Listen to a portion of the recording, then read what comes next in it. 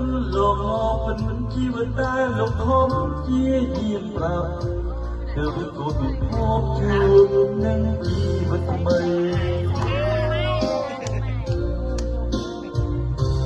ในថ្ងៃនេះក៏ចាំប្រាប់មនុស្សនៅក្នុងលោកកាក៏សូមប្រាប់ថាបងមានគុណដ៏សែនអូនមានជីវិតតាំងតែពីដោយរហូតដល់រូបកូនធំពួកធនអមរំរដែដោយសំពើជួមនឹងជួបគ្នាក៏មានថ្ងៃនេះជីវិតគឺពុំបានហើយពុំជួបគ្នាឆ្លងដល់ក្រោ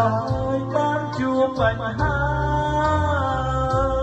ជួបរឿងបារម្ភទុករឿងក្រុមរួមព្រាពោពេញដោយរឿងបញ្ហា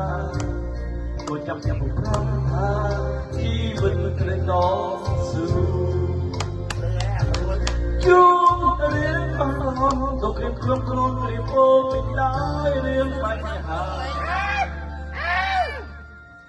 គូនចាំពីប្រាប់ថាជីវិតមិនត្រូវខំប្រឹង